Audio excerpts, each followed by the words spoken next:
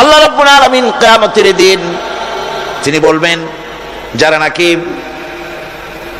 সেই সমস্ত শয়তান এবং তার অনুসারী, যারা নাকি আমাকে বাদ দিয়ে যারা অন্যদের ইবাদত করত, সেই ইবাদত যাদের করত, আনুগত্য গোলামি যাদের করত, তারা এবং তাদের সাথী সঙ্গী সবগুলিকে একত্রিত করো আর জাহান্নামের রাস্তা দেখিয়ে দাও, সকলকে জাহান্নামের পথ দেখিয়ে দাও।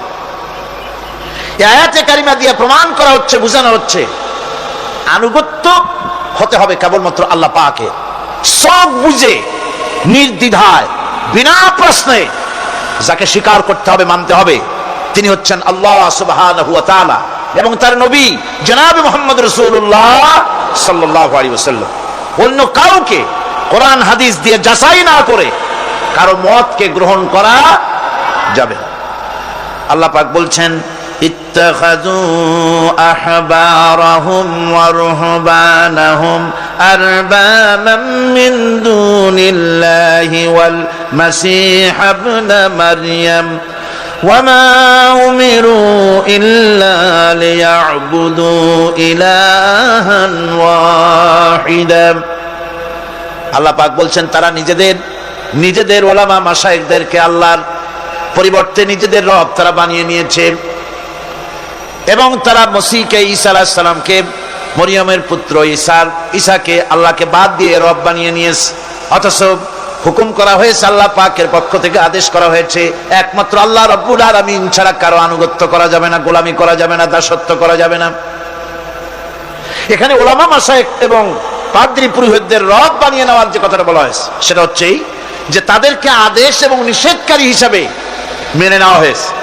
আল্লাহ রাসূলের অনুমোদন ছাড়াই তাদেরকে গ্রহণ করা হচ্ছে, তাদের কথাগুলিকে শিরোধার্য করা হচ্ছে। আলেম ওলামা, পীর দরবেশ যিনি হন না কেন, তিনি যে কথাটা বলবেন ওই কথার সমর্থনে কোরআন হাদিস আছে কিনা তা না জেনে গ্রহণ করা যাবে না। কথা আসতে বললেন কেন? গ্রহণ করা, এটার নাম ঈমান। এটার নাম কি? ঈমান। পীর সাহেব যদি বলেন পাগড়ি বাঁধতে হবে 15 হাত, হ্যাঁ 15 হাত কেন, 21 হাতও বাঁধবো, দেখতে হবে রাসূল কারীম সাল্লাল্লাহু আলাইহি ওয়াসাল্লাম ওরকম বেঁধেছেন কিনা। এটার নামই হচ্ছে ঈমান। এটার নাম কি? ঈমান। পীর সাহেব শিখাই দিলেন এরকম জিকির করো, সকালে এরকম, বিকেলে এরকম, হ্যাঁ করবো, জিকির করবো না কেন? আল্লাহই তো জিকির করতে বলছেন, জিকির করবো। তবে দেখতে হবে পীর সাহেব যেভাবে জিকির বলেছেন ওইভাবে আল্লাহ রাসূল জীবনেও জিকির করেছেন কিনা, সাহাবায়ে কেরাম এভাবে করেছেন কিনা। যদি করে থাকেন অবশ্যই পীর সাহেবের কথা মেনে ওরকম জিকির করবো। কথা বুঝতে পেরেছেন? একজন মাওলানা সাহেব ফতোয়া দিলেন, অথবা একটা কথা বললেন, এই কথাটা কোরআনের সাথে মিল আছে কিনা, হাদিসের সাথে মিল আছে কিনা, তাই দেখতে হবে সর্বাগ্রে কোন মুরব্বী কি বলেছেন, কোন হুজুর কি বলেছেন, কোন কিতাবের মধ্যে কি লেখা আছে, ওইটা জানার কোনো দরকার আমার নাই। আমার জানার দরকার কোরআন শরীফ আছে কিনা, হাদিস শরীফ আছে কিনা। এর নাম হচ্ছে ঈমান। এর নাম কি? এটাই হচ্ছে আনুগত্য আল্লাহ পাকের দরবারে। এটাই হচ্ছে আনুগত্য করার জন্য এটাই সবচেয়ে বড় দলিল যে আল্লাহর হুকুম মেনে চলতে হবে আর অন্য কারো অন্ধ অনুকরণ করব না। ইবাদত পূজা অর্থে বলা হয়েছে কাউকে ক্ষমতাশীল মনে করে নিজের প্রয়োজনের জন্য তার কাছে দোয়া করা, দুঃখ কষ্টে তার কাছে সাহায্য চাওয়া, ক্ষয়ক্ষতি এবং বিপদ আপদ থেকে বাঁচার জন্য কারো কাছে আশ্রয় চাওয়া। কোরআন মজিদের দৃষ্টিতে এগুলি সব হচ্ছে পূজার পর্যায়ভুক্ত, এগুলি করা যাবে না। সবটাই বলতে হবে আল্লাহ রাব্বুল আলামিনের কাছে। কার কাছে বলতে হবে? কোরআন বলছে, আল্লাহ পাক কোরআনে কারীমের মধ্যে বলছেন, কুল ইন্নী নুহিতু আন আ'বুদাল্লাযীনা তাদউনা মিন দুনিল্লাহি লাম্মা জাআনিয়াল বায়্যিনাতু মির রাব্বি ওয়া উমিরতু আন উসলিমা লিরাব্বিল আলামিন। আল্লাহ পাক বলেন, বলো আমার রবের পক্ষ থেকে স্পষ্ট নির্দেশ লাভ করার পর, হুকুম লাভ করার পর আল্লাহকে ত্যাগ করে তোমরা যাদের পূজা করছো তাদের পূজা আমি করি না। আল্লাহ নবীকে বলছেন এরকম আপনি বলেন, বরং আমাকে হুকুম করা হয়েছে আল্লাহ রাব্বুল আলামিনের সামনে মাথা নত করে দেওয়ার। তাই আমি আল্লাহ পাকের দরবারে আমার বিনয়ের, আমার আনুগত্যের মস্তক তার সামনে নত করে দিয়েছি। দুনিয়ায় মানুষেরা আল্লাহ রাব্বুল আলামিনকে বাদ দিয়ে যাদের কাছে সাহায্য চায়, যাদের কাছে গিয়ে যাদের কাছে গিয়ে সাহায্য প্রার্থনা করে। ছেলে হয় নাই ছেলে চায়, মেয়ে হয় নাই মেয়ে চায়, ব্যবসায় উন্নতি হয় না বলে ব্যবসার জন্য তাদের কাছে চায়। কোরআনে কারীম বলছে ওদের কাছে যে চাওয়া হচ্ছে তারা ওদের চাওয়াও সম্পর্কে জানে না। কিয়ামতের দিন এইগুলি সব ওদের বিরুদ্ধে আল্লাহর দরবারে মামলা দায়ের করবে। চলে যায় সিলেটে শাহজালাল রহমতুল্লাহ আলাইহির মাজারে, সেখানে গিয়ে গজাল মাছের কাছে গিয়ে সন্তান চায়। চট্টগ্রামে বাজেবস্তান যেখানে কচ্ছপ আছে, এই কচ্ছপের কাছে গিয়ে এখানে সন্তান কামনা করে। কি আজীব তামাশা! এর নাম মুসলমান, এর নাম মুসলমান। কয়েক বছর আগে আমার নিজের চোখে দেখেছি, অনেক বছর আগে একবার দেখতে গিয়েছিলাম। অবস্থাটা কি, সেখানে দেখলাম গাছের সাথে দড়ি দিয়া সুতা দিয়া পাথর ইট বাঁধে রাখছে। এগুলো কি শুনলাম, এগুলি যাদের বাচ্চা হয় না তারা এগুলি গাছের সাথে বেঁধে রেখে আসছে। ওই ইটে যেরকম ভার ওই রকম সন্তানের ভার পেটের মধ্যে হইয়া আস্তে আস্তে সন্তান হবে। কি ফিলোসফি, আজীব তামাশা। এরপর আমার নিজের চোখে দেখেছি বিরাট বিরাট কচ্ছপ, এই কচ্ছপগুলির পায়ে হাত দিয়ে চুমা খাইতেছে মুসলমান। নাউযুবিল্লাহি মিন যালিক।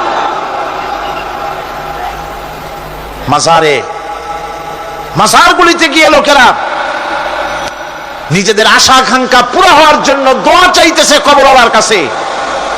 আবার এক শ্রেণীর নামধারী আলেম তারা বলেন ওনারা জীবিত থাকাকালীন যত শক্তি ছিল মরিয়া শক্তি আরো বেড়ে গেছে, সুতরাং এখানে চাদর দাও, আগরবাতি দাও, মোমবাতি দাও, ওখানে গিয়ে কান্দো। এদের আকীদা, নিজেদের নাম রাখে আহলে সুন্নাতুল জামাত। এই যদি হয় আহলে সুন্নাত, তাহলে বিদআত হবে কারা?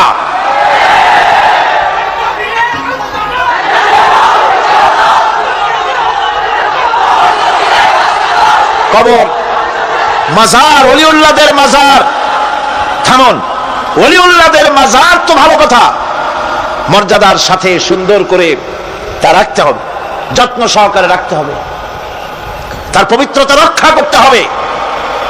কিন্তু মাজারে গিয়ে আপনি কিছু চাইতে পারবেন না। কোরআনের আল্লাহ পাকের হুকুমের সম্পূর্ণ বিপরীত। কি আজে বাজে মশলা দিয়া তারপরে মানুষদের কি বিভ্রান্ত করতেছে, মানুষকে আল্লাহর মাকামে নিয়ে গিয়েছে। নাউযুবিল্লাহি মিন যালিক। সুতরাং এর থেকে গোটা জাতিকে বাঁচাবার জন্য জিহাদ ঘোষণা করতে হবে। শিরক এবং বিদআতের শেষ শিকলটি টেনে মূলোৎপাটিত করে দিতে হবে। মাজারকে পূজার জায়গা বানানো যাবে না। সুতরাং কোরআনে কারীম বলছে যে একমাত্র গোলামি, আনুগত্য সবটা হবে আল্লাহ রাব্বুল আলামিনের, অন্য কারোর সামনে মাথা নত করা যাবে না। যা বলার, যা চাওয়ার সবকিছুই তাকেই বলতে হবে।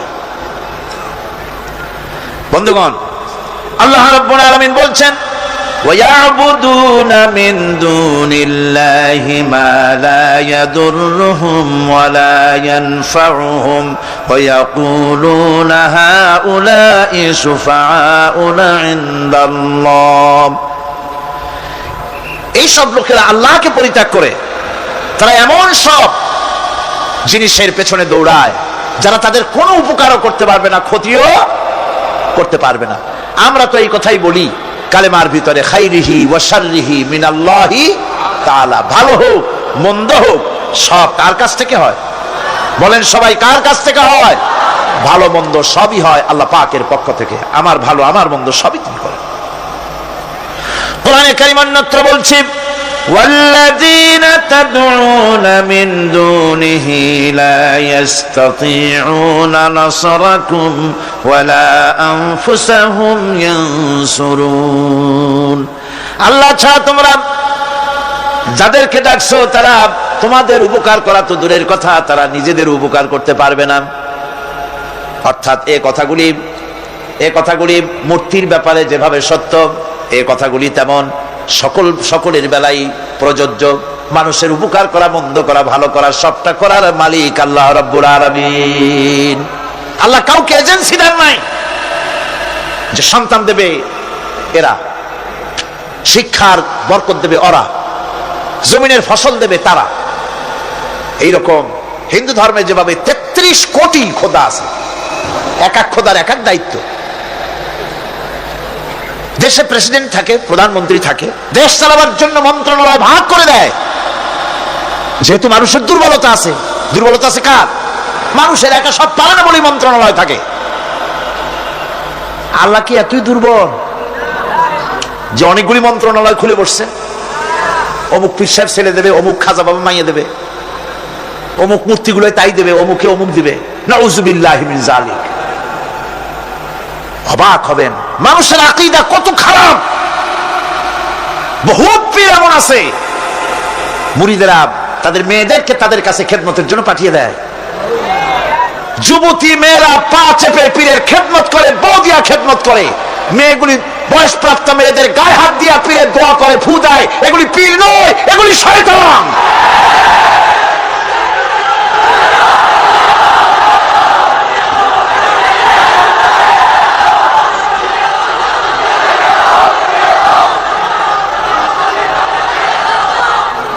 সুতরাং আমাদেরকে বুঝতে হবে আল্লাহর ওলি তো ঠিকই আছে, আল্লাহর ওলিদের বিরুদ্ধে আমার কোনো বক্তব্য নাই। যারা আল্লাহর ওলি হক তাদেরকে সম্মান করি, শ্রদ্ধা করি, ঠিক কিনা? যাদের কাছে ইলম আছে, সাজাইয়া গুছাইয়া একটা বিশাল কিছু বানাইয়া পেটের মধ্যে বোমা মারলেও কিছু পাওয়া যায় না, বিরাট একটা কেবলা। নামের আগে এত কিছু বসায়, হায় হায়, নামই খুঁজে পাওয়া যায় না। সিরাজুস সালিকিন, মিসবাহুল আরিফিন, রাহনুমায়ে বেদাত, আশিকে পামদান, সিয়াহে দানদান। মানে নামের শেষে শুধু আলাইহিস সালাম লিখতে বাকি থাকে, আর সব লেখা। পীরকে মর্যাদা দিয়ে আল্লাহর আসন পর্যন্ত নিয়ে যায়, নাউযুবিল্লাহ। আপনারা বিশ্বাস করুন, মনের মধ্যে ঈমান রাখবেন, কোন পীরের বাপের ক্ষমতা নাই বদদুয়া দিয়ে আপনাকে ধ্বংস করে দিতে পারে। কোন পীরের বাপের ক্ষমতা নাই দোয়া করে 10 তলা বিল্ডিং এর মালিক বানাই দিতে পারে, যদি আল্লাহ রাজি থাকেন। যদি আল্লাহ রাজি না থাকেন, আল্লাহ পাক যদি রাজি থাকেন, তাহলে কারো দোয়ায় ভাগ্য ভালো হতেও পারে। কথা বুঝে আসছে? সুতরাং ভয় করতে হবে কাকে? আল্লাহ পাককে। কাকে ভয় করতে হবে? আল্লাহ পাককে ভয় করতে হবে। সৌভাগ্য দুর্ভাগ্য সবটার মালিক আল্লাহ। হক্কানি ওলি যারা, সত্যিকারের পীর যারা, তারা এইভাবে করে শান শওকাত ইত্যাদি হাই ফাই করে অস্থির করে ভালাইয়া রাজা বাদশাদের মতো চলাফেরা তারা করেন না। কথা ঠিক কিনা? তাদের ইলম কালাম থাকে, মানুষকে হকের দাওয়াত দেন, হক কথা বলেন। হক কথা বলে যদি জেলে যেতে হয় তাও যেতে রাজি আছে তারা। এরকম হয়েছে না, নমুনা আছে না? সুতরাং মনে রাখতে হবে, ভালো মন্দ করার সবটা মালিক হচ্ছে আল্লাহ। এটা যদি বিশ্বাস না করি, তাহলে ইয়াকা নাবুদু বলার কোনো মানে নেই। ইয়াকা নাবুদু, কেবলমাত্র তোমারই গোলামি করি, আর কারো গোলামি করি। সোজা কথা, সাফ কথা। আমরা সবাই গোলাম। আমরা সবাই কি? আমরা যে গোলাম, তাকে বলতে লজ্জা করে? কার গোলাম? চিল্লায় বলতে হবে সকল মুসলমানকে, কার গোলাম? আল্লাহ পাকের গোলাম আমরা। আর এই গোলাম, আল্লাহর দাসত্ব মানুষের শ্রেষ্ঠতম মর্যাদা। সুবহানাল্লাহ। আল্লাহর দাসত্ব মানুষের জন্য কি? শ্রেষ্ঠতম মর্যাদা। যেহেতু আল্লাহর দাসত্ব করাই হলো সৃষ্টির মূল উদ্দেশ্য, তাই একজন মানুষকে সত্যিকার মর্যাদার উচ্চ শিখরে পৌঁছার অর্থই হলো তিনি কাজকর্ম দিয়ে প্রমাণ করবেন তিনি আল্লাহ পাকের খাঁটি বান্দা, আল্লাহ পাকের খাঁটি গোলাম। তাই কোরআনে কারিমে আমরা দেখতে পাই যে আল্লাহ পাক যেখানে খুব স্নেহ করে, আদর করে যখন বান্দাদের সম্পর্কে কিছু বলতে চেয়েছেন, তখন তিনি আব্দুল শব্দ ব্যবহার করেছেন। আদর করে, স্নেহ করে, দয়া করে যদি কারো ব্যাপারে কিছু বলতে চেয়েছেন, তখন আল্লাহ তাকে কি বলেছেন? আব্দ। আব্দ মানে হলো বান্দা। যেমন বেহেশতীদের সম্পর্কে আল্লাহ পাক বলেছেন, عينا يشرب بها عباد الله يفجرونها تفجيرا। জান্নাতের মধ্যে একটি প্রবাহমান ঝর্ণা আছে, আল্লাহর বান্দারা সেখান থেকে পান করতে পারবে। সেই ঝর্ণা থেকে তৃষ্ণা নিবারণ করবে এবং নিজেদের ইচ্ছে মতো তারা এই ঝর্ণার শাখা প্রশাখা নিজেদের এরিয়া পর্যন্ত নিয়ে যেতে পারবে? এমন একটা ঝর্ণা থাকবে যেখানে আল্লাহর বান্দারা, আল্লাহ পাক বলছেন আইনাই ইয়াশরাবু বিহা ইবাদুল্লাহ, আল্লাহর বান্দারা, আল্লাহর গোলামেরা, সেখানে তাদের তৃষ্ণা মিটাবে এমন ঝর্ণা আছে। ওই ঝর্ণার কাছে যাওয়ার দরকার নাই, তাদের ইঙ্গিতে ইচ্ছা অনুযায়ী তাদের ঘরের দরজা পর্যন্ত যেখানে খুশি সেখানের শাখা প্রশাখা প্রবাহিত করে নিতে তারা সক্ষম হবে। মুমিন বান্দার গুনাবলী বলতে গিয়ে, মুমিন বান্দার গুনাবলী বর্ণনা করতে গিয়ে আল্লাহ রাব্বুল আলামিন বলেছেন ওয়া ইবাদুর রাহমানিল্লাযীনা ইয়ামশুনা আলাল আরদি হাওনা। রহমানের বান্দা হলো তারা যারা জমিনের উপরে চলাফেরা করার সময় বিনয়ের সাথে চলাফেরা করে, তারা হচ্ছে রহমানের বান্দা। কার বান্দা? রহমানের বান্দা। আদর করে আল্লাহ বলছেন বান্দা, গোলাম। শয়তান নিজে অভিশপ্ত হওয়ার পর এর প্রতিশোধ নেওয়ার জন্য আল্লাহ পাকের দরবারে বলেছিল, আয় আল্লাহ, তোমার যেই বান্দাগুলির কারণে, তোমার যেই বান্দার কারণে আমার ইবাদতগুলি নষ্ট হয়ে গেল, আমি অভিশপ্ত হয়ে গেলাম, ওই বান্দাগুলিকে লোভ দেখিয়ে আমি যেমনে পারি সবগুলিকে আমি গোমরাহ করে দেব, পথভ্রষ্ট করে দেব। আল্লাহ পাকের জবাবে বললেন ইন্না ইবাদি লাইসা লাকা আলাইহিম সুলতান ইল্লা মান ইত্তাবাকা মিনাল গাওয়িন। আমার বান্দাদের উপরে তোমার কোনো কর্তৃত্ব নাই। আমার বান্দা, আদর করে আল্লাহ পাক বলছেন আমার বান্দাদের উপরে তোমার কোনো কর্তৃত্ব নাই। তবে হ্যাঁ, যারা তোমার কথা মান্য করবে তারা অবশ্যই গোমরাহ হয়ে যাবে, পথভ্রষ্ট হয়ে যাবে। কিন্তু আমার সত্যিকারের বান্দা যারা, তাদের উপরে তুমি গোমরাহি, তাদেরকে তুমি পথভ্রষ্ট করতে পারবে না, তাদের উপরে তোমার কোনো কর্তৃত্ব নাই। ভাইরা আমার, হযরত ঈসা আলাইহিস সালামের ব্যাপারে, হযরত ঈসা আলাইহিস সালামকে খ্রিস্টানেরা তারা বলেছে ওয়াকালাতিন নাসারাল মাসীহু ইবনুল্লাহ। মসিহ হচ্ছে কার ছেলে? নাউযুবিল্লাহ। বলেন সবাই নাউযুবিল্লাহ। তাকে যখন আল্লাহর ছেলে বলা হলো, আল্লাহর পুত্র বলা হলো, রব্বুল আলামিন তার জবাবে বললেন ইন হুয়া ইল্লা আবদুন আনআমনা আলাইহি। তিনি তো একজন বান্দা, তিনি আমার বান্দা ছাড়া আর কিছুই নন। আমি তার প্রতি অনুগ্রহ করেছি। বান্দা, আমার বান্দা। আল্লাহ পাকের বান্দা হওয়ার ব্যাপারে কোন মানুষের লজ্জা থাকার কথা নয়। এমনকি আল্লাহ পাক ঈসা আলাইহিস সালাম সম্পর্কে বলছেন লা ইয়াস্তানকিফাল মাসীহু আইয়াকুনা আবদান লিল্লাহি ওয়ালাল মালাইকাতুল মুকাররাবুন। মসিহ আল্লাহর বান্দা, তাতে কখনো বিন্দুমাত্র লজ্জা তিনি পোষণ করেন নাই যে আমি আল্লাহর বান্দা, আল্লাহর গোলাম। এটা কথা হইল? এরকম লজ্জা তিনি পোষণ করেনি। এমনকি তার নিকটবর্তী ফেরেশতা যারা, তারাও আল্লাহর বান্দা গোলাম হওয়ার জন্য তাদের ভিতরে কোনো লজ্জা নাই। যারা নাকি আল্লাহর গোলাম, এই ব্যাপারে যাদের মধ্যে লজ্জার সৃষ্টি হয়, আল্লাহর গোলাম এটা কেমন কথা, বান্দা হওয়াটা কেমন কথা, যারা গোলামীকে অস্বীকার করে তাদের সম্পর্কে আল্লাহ পাক বলছেন ওয়া মাইয়াস্তানকিফ আন ইবাদাতিহি ওয়া ইস্তাকবির ফাসায়াহশুরুহুম ইলাইহি জামিআ। কেউ যদি আল্লাহর বন্দেগী করার ব্যাপারে লজ্জা পোষণ করে, যদি লজ্জার কারণ মনে করে, অহংকার করে, গৌরব করে, তাহলে তারা পালাবে কোথায়, যাবে কোথায়? আমি কিয়ামতের দিন সবগুলিকে এক জায়গায় করে ফেলবো। সুতরাং আল্লাহ পাকের গোলামিতে আল্লাহ যে বান্দা বলে যখন ডাকেন, লজ্জার কোনো কারণ নাই। অহংকার যে করবে সে নিজেকে ধ্বংস করবে। আল্লাহ পাক সব নবীদেরকে নিজের বান্দা বলেছেন। নবীরা কি আল্লাহ পাকের বান্দা। হযরত ইউসুফ আলাইহিস সালাম সম্পর্কে আল্লাহ পাক বলছেন কাযালিকা লিনাসরিফা আনহু আস-সুআ ওয়াল ফাহশা ইন্নাহু মিন ইবাদিনাল মুখলাসিন। এরূপই ঘটলো যাতে আমি ইউসুফ আলাইহিস সালামকে আমার বান্দা, তাকে আমি নির্লজ্জতা ইত্যাদি থেকে আমি রক্ষা করেছি। নিশ্চয়ই হযরত ইউসুফ ছিল আল্লাহ পাকের বান্দা, আল্লাহ পাকের আব্দ। রাসূল করিম সাল্লাল্লাহু আলাইহি ওয়াসাল্লাম তিনি হচ্ছেন সর্বশ্রেষ্ঠ আল্লাহর পয়গম্বর। তার থেকে শ্রেষ্ঠ নবী আর কি কেউ আছে? জোরে বলেন আছে? তার থেকে মাহবুব, তার থেকে শ্রেষ্ঠ আল্লাহর কাছে আর কেউ নাই। সেই নবীকে আল্লাহ রাব্বুল আলামিন কোরআনে কারীমের ভিতরে তাকে আব বলেছেন। কি বলেছেন? অনেকগুলি আয়াত আছে যে আয়াতের ভিতরে আল্লাহ পাক তার নাম নেন নাই, নবী বলেন নাই, রাসূল বলেন নাই, শুধু বলেছেন আব। যেমন ফাআওহা ইলা আবদিহি মা আওহা, অতঃপর তার বান্দার নিকট যা ওহী করার ছিল তা তিনি করলেন। সেই বান্দাকে মুহাম্মদ সাল্লাল্লাহু আলাইহি ওয়াসাল্লাম।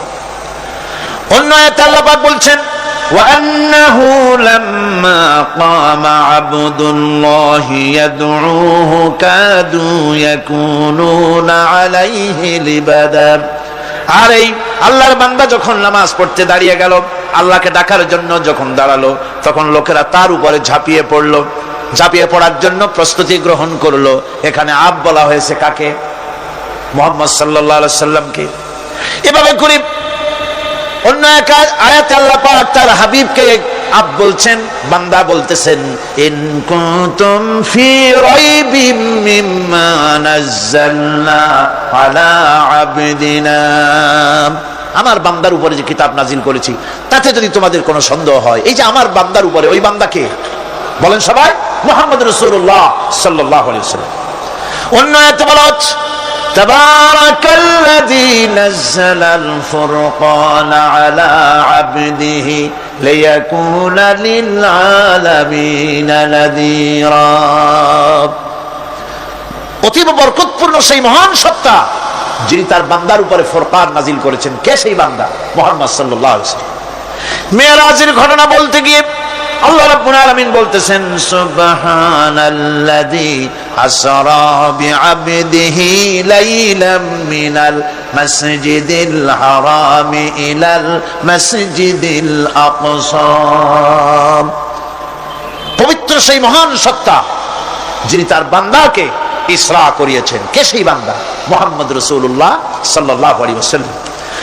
সুতরাং আবদিয়াত, ইবাদত, গোলামি, এটা হচ্ছে মানুষের জীবনের সবচেয়ে বড় মর্যাদাকর খেতাব আল্লাহর পক্ষ থেকে আল্লাহর বান্দা হওয়া। গোলামি পরিপূর্ণরূপে হবে কেবলমাত্র আল্লাহ পাকের। এই গোলামির জন্যই আল্লাহ পাক আমাদেরকে সৃষ্টি করেছেন, অন্য কোনো কাজে আমাদেরকে সৃষ্টি করেন নাই। সেই জন্য আমাদেরকে গোলামি করতে হবে, আনুগত্য করতে হবে কেবলমাত্র কার বলুন তো? এই গোলামি যদি সঠিকভাবে করি, যদি বান্দারা যারা আল্লাহ পাকের বান্দা বলে, গোলাম বলে নিজেদেরকে দাবি করে, যদি সঠিকভাবে ইবাদতটা করা যায়, তাহলে আল্লাহ তাদের জন্য কি ওয়াদা করেছেন শুনুন। দুনিয়ায় তাদেরকে আল্লাহ পুরস্কার দেবেন, আখিরাতেও দেবেন। এটা বন্ধ করেন। দুনিয়া এবং আখিরাতে আল্লাহ পুরস্কার দেবেন।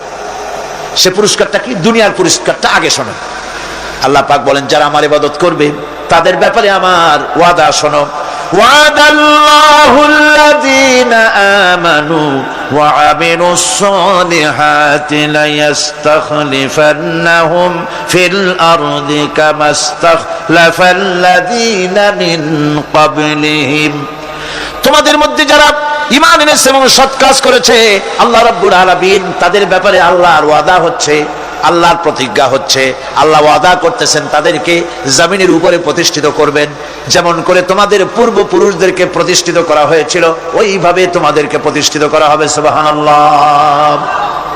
প্রতিষ্ঠিত করা হবে মানে রাষ্ট্র ক্ষমতা দেওয়া হবে। কি দেওয়া হবে? যদি গোলাম হও, যদি কি হও? গোলাম।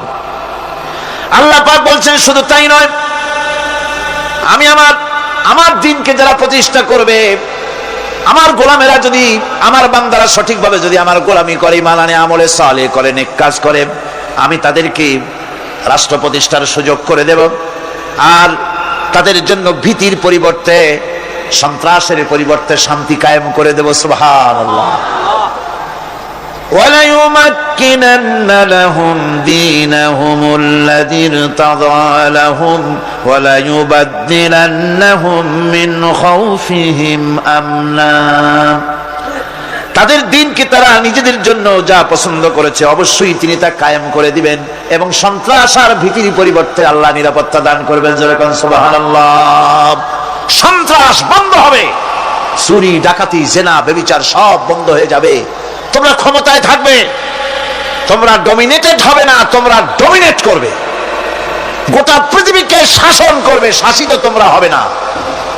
আর ভীতির পরিবর্তে নিরাপত্তা তোমরা লাভ করবে। কি করলে? ইয়াবুদুনানি লা ইউশরিকুনা বি শাইআ। সুতরাং তারা যেন আমার ইবাদত করে এবং আমার সঙ্গে যেন কাউকে শরীক না করে। আল্লাহ বলছেন, তোমরা যদি আমার সাথে শরীক না করো, ইবাদতের মধ্যে কাউকে যদি শরীক স্থাপন না করো, আর যদি তোমরা আমার ইবাদতটা সলিড ভাবে আমার জন্যই করো, তাহলে রাষ্ট্র ক্ষমতা তোমাদের হাতে আসবে, সন্ত্রাস নির্মূল হবে, শান্তি প্রতিষ্ঠিত হবে। এই হচ্ছে দুনিয়ার পুরস্কার। এটা কিসের পুরস্কার? আর আখিরাতের পুরস্কারের কথা বলা হচ্ছে। ومن يطع الله ورسوله ويخشى الله ويتقه فأولئك هم الفائزون। যে ব্যক্তি আল্লাহ এবং রাসূলের আনুগত্য করেছে, আল্লাহকে ভয় করে চলেছে, তার গজব থেকে বেঁচে রয়েছে, সেই হচ্ছে সফল কাম। সফল কাম মানে কি? কিয়ামতের দিন আল্লাহ পাক তাদেরকে জান্নাত দান করবেন। আল্লাহ পাক তাদেরকে কিয়ামতে কি দিবেন? জান্নাত দিবেন, চিরস্থায়ী শান্তির জায়গা, সেই জান্নাত লাভ করা যাবে। আজ ইবাদতের এই যে গুরুত্বপূর্ণ ইবাদত, এই ইবাদতের ভুল অর্থ সমাজের ভিতরে ছড়িয়ে আছে। সাধারণ মানুষও ভুল করেছে, অসাধারণ মানুষেরাও ইবাদতের ভুল অর্থ করে ভুলের মধ্যে নিমজ্জিত আছে বিরাট সংখ্যক লোকেরা। সাধারণ মুসলমানেরা তারা যে ভুলটা করলো ইবাদতের অর্থ করতে গিয়ে, সেটা হলো এই, সাধারণ লোকেরা মনে করলো কয়েকটা অনুষ্ঠানের নাম হচ্ছে ইবাদত, নামাজ, রোজা, হজ, যাকাত, সাদকা, ফিতরা, এর নাম হলো ইবাদত। অনুষ্ঠান শেষে তারা নিজেদেরকে স্বাধীন মনে করলো। তারা আল্লাহ পাকের প্রত্যেকটি আইনের ধারাকে লঙ্ঘন করলো। বছরে একবার রোজা রেখে, বছরে এক মাস রোজা রেখে মনে করলো ইবাদত শেষ। 5 ওয়াক্ত নামাজ পড়ে মনে করলে ইবাদত শেষ। আমি প্রশ্ন করি, 5 ওয়াক্ত নামাজের নামই যদি হয় ইবাদত, 5 ওয়াক্ত নামাজের নামই ইবাদত, এটাই যদি হয়, তাহলে 5 ওয়াক্ত নামাজ পড়তে সময় লাগে কত? উজু টুজু করে বড় জোর 1-1.5 ঘন্টা সময় লাগে 5 ওয়াক্ত নামাজ পড়তে। তো এর নাম যদি হয় ইবাদত, তার অর্থ কি দাঁড়াবে? অর্থ দাঁড়াবে আপনি 24 ঘন্টার ভিতরে 1 থেকে 1.5 ঘন্টার জন্য আল্লাহর গোলাম, বাকি 22 ঘন্টার জন্য শয়তানের গোলাম হতে কেউ রাজি আছেন? রোজার নামই যদি হয় শুধু ইবাদত, তাহলে তার অর্থ দাঁড়াবে বছরের ভিতরে একটা মাসের জন্য আপনি আল্লাহর গোলাম, আর 11 মাসের জন্য শয়তানের গোলাম হতে কেউ রাজি আছে? তাহলে বিষয়টা কি? বিষয়টা হচ্ছে নামাজ, রোজা, হজ, যাকাতি শুধুমাত্র ইবাদত নয়, আনুষ্ঠানিক ইবাদত তো বটেই, কম্পালসারি ইবাদত তো বটেই, কিন্তু শুধুমাত্র নামাজ, রোজা, হজ, যাকাত ইবাদত শুধুমাত্র নয়, এগুলি হচ্ছে ইবাদতের পার্ট, ইবাদতের অংশ। বরং জীবনের সব ক্ষেত্রে আল্লাহর হুকুমকে মানার নামই হচ্ছে। ভাই আমার, একদিকে নামাজ রোজা করছি, অন্যদিকে আল্লাহর আইনের প্রতিটি ধারাকে লঙ্ঘন করে চলছে, মিথ্যা ওয়াদা করে, মিথ্যা কথা বলে, সুদ খায়, ঘুষ খায়, জেনা করে, এরপরে অন্যের হক নষ্ট করে, প্রতিবেশীর হক নষ্ট করে, হারাম মাল খায়, হকদারের হক নষ্ট করে, প্রতিবেশীর হক নষ্ট করে, জিন্দা মুর্দা মানুষকে নিজের জন্য শক্তিধর বলে মনে করে, এক টুকরা রুটির জন্য অথবা এক ফোঁটা, এক ঘটি পানির জন্য কাফেরের কাছে হাত পেতে দাঁড়ায় থাকে। এই যদি অবস্থা হয়, এটাই যদি হয় ঈমান, আর এটার নামই যদি ইবাদত হয়, তাহলে এই পৃথিবীর মুসলমানের আজ লাঞ্ছিত কেন? আল্লাহর ওয়াদা কি মিথ্যা? নাউযুবিল্লাহি মিন যালিক। আমাদের ইবাদত যদি ঠিক হয়, যদি সত্যিকারের ইবাদত যদি আমরা করে থাকি, তাহলে ক্ষমতায় ইমানদারেরা নাই কেন? বিশ্ব জুড়ে মুসলমানেরা লাঞ্ছিত কেন? তাহলে বুঝতে হবে ইবাদতের মধ্যে বিরাট গরমিল করে ফেলেছি, ঠিক কিনা? লক্ষ্য করুন, যেই লোকটা হজ করতেছে, উমরা করতেছে, নামাজ পড়তেছে, মসজিদ মাদ্রাসায় চাঁদা দিতেছে, ওই লোকটি আবার ব্যাংকের থেকে সুদের টাকা নিয়ে ব্যবসা চালাইতেছে। ব্যবসা ঠিক রাখার জন্য, ইনকাম ট্যাক্স ফাঁকি দেওয়ার জন্য ব্যবসায়ীরা 2 ধরনের 3 ধরনের খাতা মেনটেন করছে। কথা ঠিক কিনা? মিথ্যা কথা বলছে, ঘুষ দিতেছে, বেশি করে বিদ্যুতের বিল যাতে না আসে সেজন্য যারা বিদ্যুৎ লাইনে আছে তাদেরকে পয়সা দিয়ে ম্যানেজ করতেছে, ঠিক কিনা? আমি পার্লামেন্টে বলেছি, বিদ্যুৎ বাইরের থেকে আনতে হবে না, ঘুরে ঘুরে আবার বিদ্যুতের কথা আসলো। বিদ্যুৎ আনা লাগবে না, কারণ আমার দেশের চাহিদা হচ্ছে 2500 মেগাওয়াট, সেখানে 1800 মেগাওয়াট আমাদের আছে।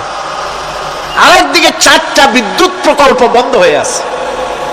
ওই 4টি বন্ধ হওয়া প্রকল্প যদি চালু করা যায় তাহলে 2900 মেগাওয়াট বিদ্যুৎ উৎপাদিত হতে পারে বলে বিশেষজ্ঞরা বলেছেন। তাহলে আমাদের উদ্বৃত্ত 400 মেগাওয়াট থেকে যাবে। এইটাকে বাইরের থেকে আনার কোনো দরকার নাই। বিদ্যুতের অপচয় বন্ধ করুন, বিদ্যুতের চুরি বন্ধ করেন। মিল কলকারখানা যাদের আছে লক্ষ লক্ষ টাকা বিদ্যুৎ বিল হয়, কিন্তু লাইনম্যানদের সঙ্গে ম্যানেজ করে গভর্নমেন্টকে ফাঁকি দেওয়া হচ্ছে। ঠিক কিনা গো? তোমার নামাজের দাম কি? তোমার হজের 4 পয়সা দাম নাই। তুমি রাষ্ট্রকে ফাঁকি দিয়েছো, তুমি জনগণকে ফাঁকি দিয়েছো, তুমি দেশের শত্রু। টেলিফোনের বিল হাজার হাজার টাকা, লাখ টাকার বেশি বিল হয়, লাইনম্যানের সঙ্গে ম্যানেজ করে 500, 700, 2000 টাকা দিয়ে সারিয়ে দেয়। ঠিক কিনা? এরা জাতির শত্রু, দেশের শত্রু। এদেরকে ফায়ারিং স্কোয়াডে নিয়ে ব্রাশ ফায়ার করে উড়ায় দেওয়া উচিত। এরা দেশের দুশ্মন। আজ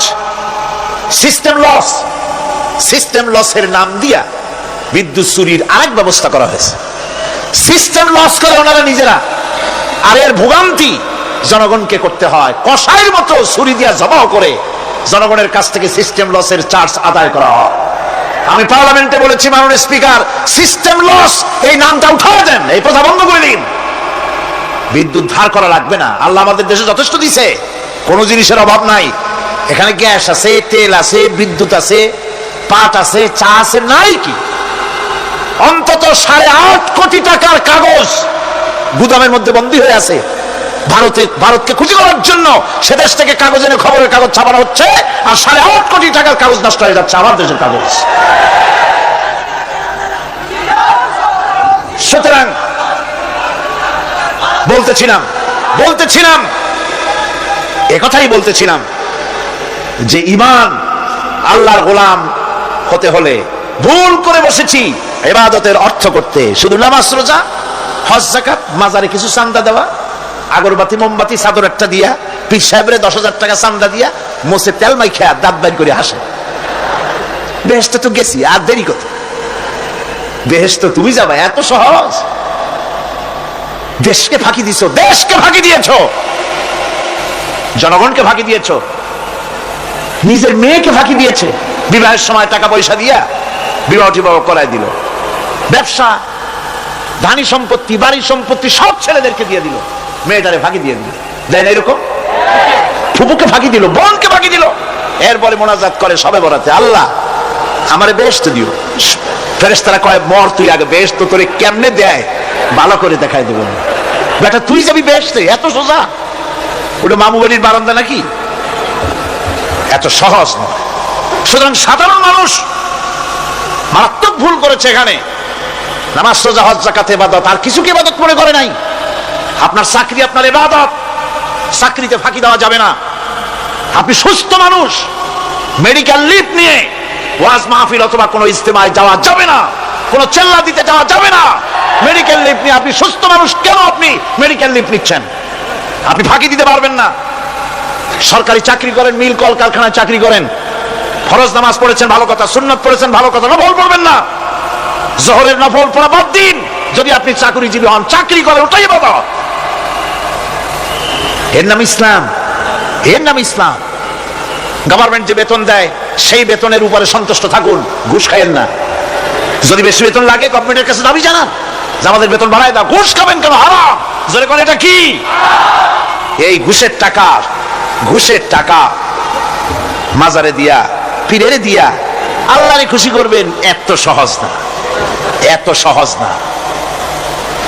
সেই জন্য আমি সব ভাইদের খেদমতে আরজ করব, ইবাদত হচ্ছে জীবনের সব ক্ষেত্রে গোলামি, সকল ক্ষেত্রে গোলামি। চাকরিতে, অফিসে, আদালতে, কলকারখানায়, ক্ষেত খামারে, পার্লামেন্টে, সেক্রেটারিয়েটে, সেনানিবাসে, স্কুলে, কলেজে, বিশ্ববিদ্যালয়ে, সর্বত্র গোলামি কার?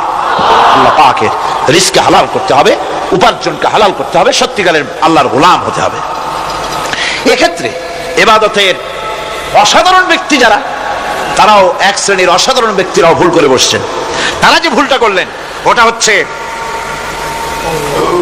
তারা তাসবিহ, জায়নামাজ, খানকাহ, হুজরাখানা এর ভেতরে বসে জিকির আজগার করাটাকেই জীবনের জন্য আল্লাহর ইবাদত মনে করে নিলেন। আল্লাহর বান্দারা যখন অনাচার ব্যভিচারে লিপ্ত, আল্লাহর আইনের পরিবর্তে যখন মানুষের তৈরি করা আইন চলছে, চেচনিয়া বসনিয়া যখন মানুষদেরকে জবাও করা হচ্ছে, বসনিয়ার মুসলমান সন্তানদেরকে যখন জবাও করা হয়, কাশ্মীরের স্বাধীনতাকামী মুসলমানদের অধিকার হরণের জন্য তাদের উপরে যখন বন্য হায়নার মতো পশুর মতো যখন ভারতীয় শত্রু সৈন্যরা যখন হামলা চালায়, সোমালিয়ার মানুষগুলি যখন না খেয়ে তাদের হাড় পাঁজরার হাড়গুলি যখন বেরিয়ে যায়, তখনও যদি আপনি খানকার ভেতরে থেকে তসবিহ পড়েন আর তাহাজ্জুদের নামাজ পড়ে কপালে দাগ লাগান, এই অন্যায়ের বিরুদ্ধে যদি সোচ্চার না হন, আপনার এই তসবির কোনো দাম নাই। আপনাকে সোচ্চার হতে হবে, আপনাকে অন্যায়ের বিরুদ্ধে খাড়া হতে হবে। একদিকে তাহাজ্জুদের নামাজ তো পড়বেনই, জিকির তো করবেনই, কোনো সন্দেহ নাই। আর একদিকে সিংহের মতো অন্যায়ের বিরুদ্ধে গর্জে উঠতে হবে। তাতে যদি প্রয়োজন হয় মুজাদ্দিদ আল ফেসানির মতো কারারুদ্ধ হন না কেন, সেটাই কিসমত, সেটাই তাকদীর। হক কথা বলতে হবে। এই জন্য আমার বারবার মনে পড়ে আজকের এক শ্রেণীর লোক আমাদের দেশে এক শ্রেণীর লোক বাইরের থেকেও আসে, বিদেশ থেকেও আসে, নামের আগে আওলাদে রসুল লাগান। ফেদায়ে রসুল, মুজাহিদে মিল্লাত, আওলাদে রসুল। আজীব, তুমি আওলাদে রসুল? আওলাদে রসুল যদি হবে তাহলে তুমি যে দেশের মানুষ, সেই দেশে মুসলমানদের যখন জবাব করা হয়, পার্লামেন্টে কথা বলে বেরিয়ে আসো না কেন? তোমার জেল হয় না কেন? কংগ্রেসের সেন্ট্রাল বডির সদস্য হয়ে আওলাদে রসুল লাগাইয়া বাংলাদেশের রাজনীতিতে নাক গলাতে দেওয়া হবে না। এরা কংগ্রেসের পাঁচটা গোলাম। এদেরকে চিনতে হবে, যারা আমার দেশে এসে মুসলমানদের মধ্যে বিভেদ সৃষ্টি করতে চায়। আমার মুসলমান ভাইয়েরা, সুতরাং আজকে আমাদেরকে বুঝতে হবে, নামের আগের 14 হাত লম্বা বিশেষণ দেখে ভুললে চলবে না। কথা মনে থাকবে, এরা কংগ্রেসের গোলাম। বাবরি মসজিদ যখন ভেঙে ফেলা হলো, তখন তো কোন আওলাদে রসুলের নাম তো শুনি নেই। তখন তো নামটা শুনছি ওই বুখারী বেটার, বাপের বেটা ইমাম বুখারী। তিনি বলেছেন, আমি ভারতের দিল্লির জুমা মসজিদের ইমাম শুধু নই, আমি ভারতের 18 কোটি মুসলমানের ইমাম।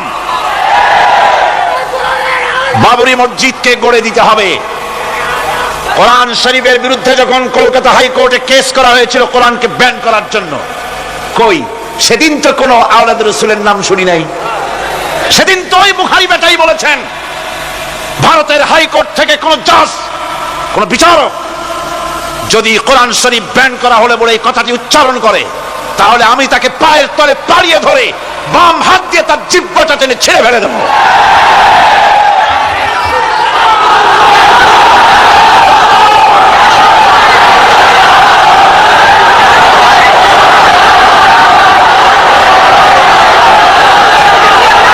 বন্ধুগণ, সুতরাং আমাদেরকে বুঝতে হবে, বসুন, বেয়াদবি করবেন না, বসেন। আমাদেরকে বুঝতে হবে, খানকায় শুধু জিকির আজগার করলেই চলবে না। হযরতে শাহজালাল রাহমাতুল্লাহ আলাইহি এক হাতে ছিল তরবারি, আর এক হাতে ছিল কোরআন। লড়াই করেছেন হযরতে শাহ মখদুম, হযরতে খান জাহান আলী, হযরতে খাজা মুঈনুদ্দিন চিশতি আজমেরি রাহমাতুল্লাহ আলাইহি, হযরতে মুজাদ্দিদ আল ফিসানি রাহমাতুল্লাহ আলাইহি। মুরিদের বাড়ি জম্মের খাওয়া খাইয়া পেটটা কুমিরের মতো বড় করে নাই, জেল খেটেছে হক কথা বলতে গিয়ে। বাপের বেটা হও, নিজের দেশে কথা কও। বাংলাদেশে এসে তারপরে জনগণের টাকা লুটপাট করার কাউকে অধিকার দেওয়া হবে না। আমার বন্ধুগণ, আল্লাহর ওলি যারা, তারা এভাবে করে জনগণের খেদমত করেছেন, কথা বলেছেন। সুতরাং শুধু জিকির আজগার করলেই হবে না, হক কথা বলতে হবে স্পষ্ট করে। এটাই হলো ইবাদতের হক আদায় হবে যদি সত্যিকারের হক কথা বলা যায়। অসাধারণ ব্যক্তিরা ময়দানে কথা বলবেন, হক কথা বলবেন, অন্যায়ের বিরুদ্ধে সোচ্চার হবেন। আর সাধারণ জনগণ কথা ও কাজের মিল করবেন, নামাজ রোজা হজ যাকাত করবেন যার কথা মতো, রাজনীতি অর্থনীতি সমাজনীতি করবে সেই আল্লাহর কথা মতো। তাহলেই সত্যিকারের মুসলমান হওয়া যাবে। কথা বুঝে আসছে কিনা ভাই? কথা বুঝে আসছে কিনা? একটু জোরে সরে জিকির করেন, লা ইলাহা ইল্লাল্লাহ, লা ইলাহা, লা ইলাহা ইল্লাল্লাহ। আরো জোরে,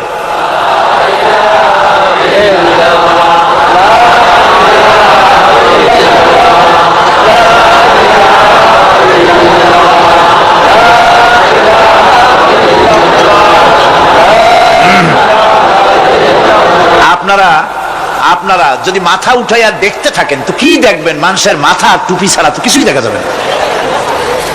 কাজেই ওঠা বসা না করে আজকে এক পবিত্র রাত আমরা আল্লাহর কাছে দোয়া করব। আলোচনার আমি এগিয়ে যাচ্ছি। ইবাদত আমাদেরকে বুঝতে হবে।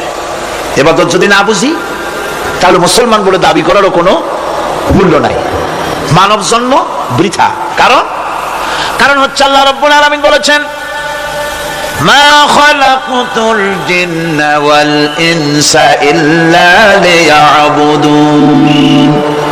মানুষ আর জিন জাতিকে আমি সৃষ্টি করেছি আমার গোলামির জন্য। কার গোলামি? ওই গোলামির পূর্ণাঙ্গ নমুনা যদি জানতে চাই, পূর্ণাঙ্গ নমুনা দৃষ্টান্ত লাগবে। কাকে অনুসরণ করব? পূর্ণাঙ্গ ইবাদতের আল্লাহর গোলামির পূর্ণাঙ্গ নমুনার জন্য কোরআনে কারিমে দৃষ্টান্ত সেট করা হয়েছে। হযরত ইব্রাহিম আলাইহিস সালামের আল্লাহ পাক বলেন, ইয ক্বালা লাহু রাব্বুহু আসলিম ক্বালা আসলামতু লিরাব্বিল আলামিন। তার অবস্থা এই ছিল। কার? ইব্রাহিম আলাইহিস সালাম। তার অবস্থা এই ছিল যে তার রব যখন তাকে বললেন আনুগত্যের মস্তককে অবনত করে দাও, তিনি বললেন আমি আমার বিশ্বপালকের সামনে মাথাটা নত করে দিলাম। সুবহানাল্লাহ। কোন শর্ত ছাড়াই মাথা নিচু করে দিলাম। এই পন্থায় তিনি যে পন্থাটা অবলম্বন করেছিলেন, এই পন্থায় চলার জন্য তার সন্তানদেরকেও তিনি হুকুম করেছিলেন। ووصى بها إبراهيم ببنيه ويعقوب يا بني إن الله اصطفى لكم الدين فلا تموتن إلا وأنتم مسلمون।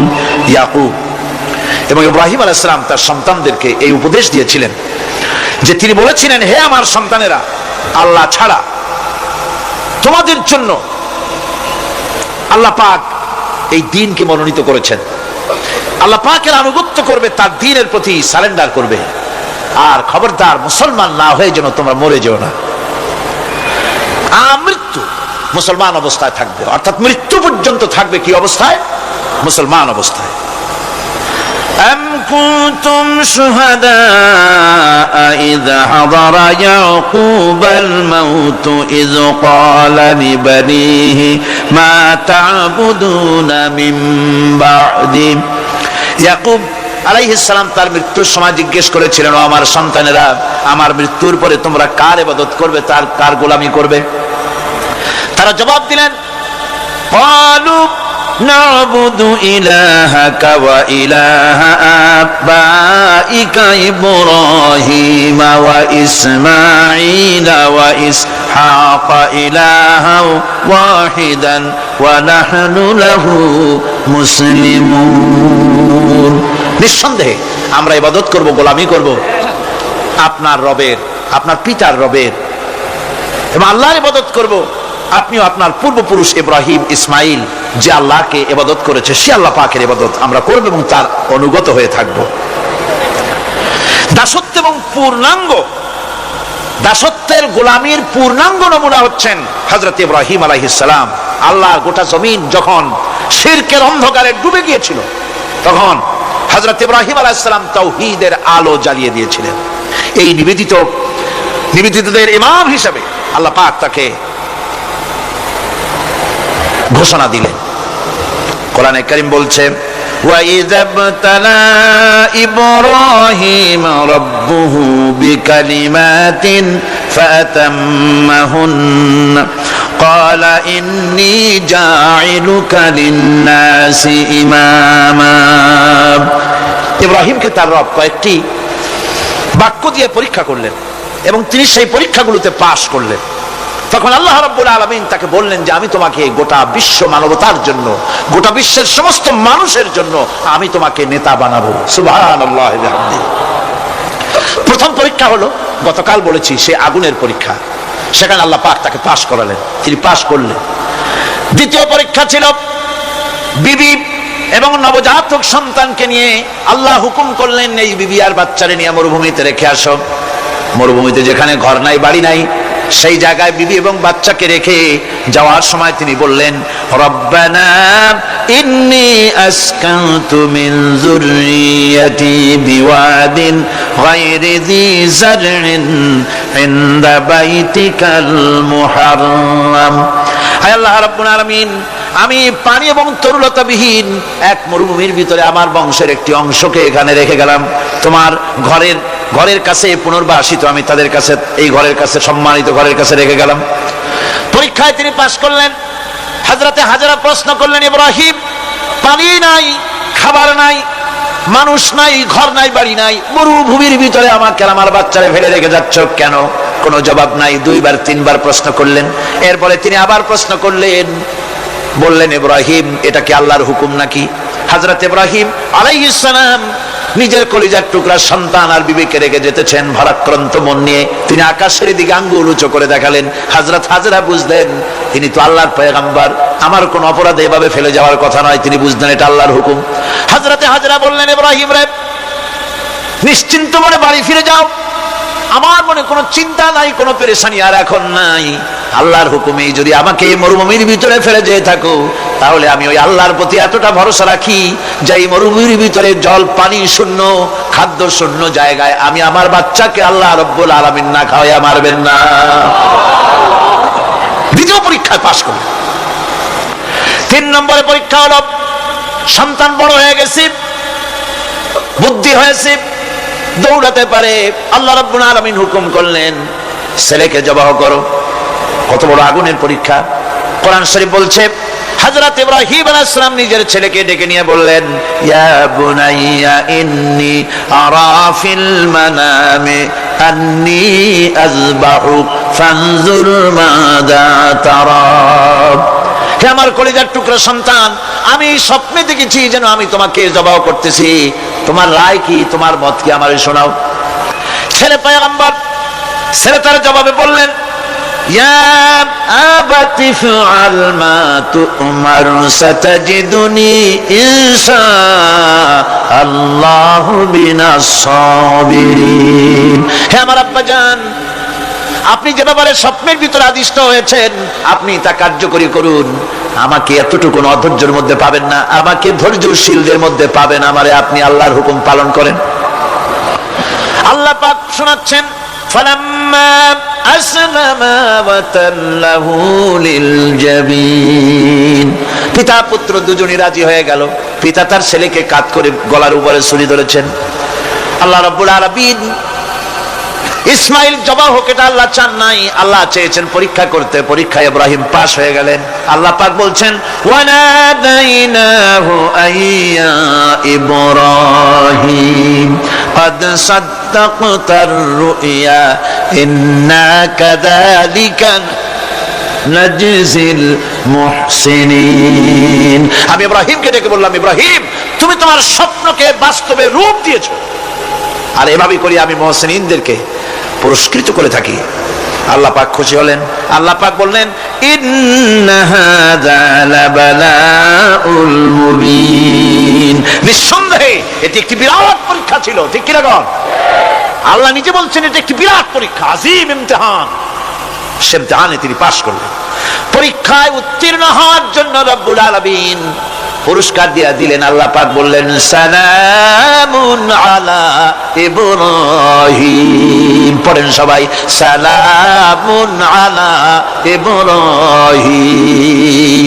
ইব্রাহিমের প্রতি আল্লাহ পাক বললেন ইব্রাহিমের প্রতি সালাম রইল। সুবহানাল্লাহ ওয়া বিহামদিহি।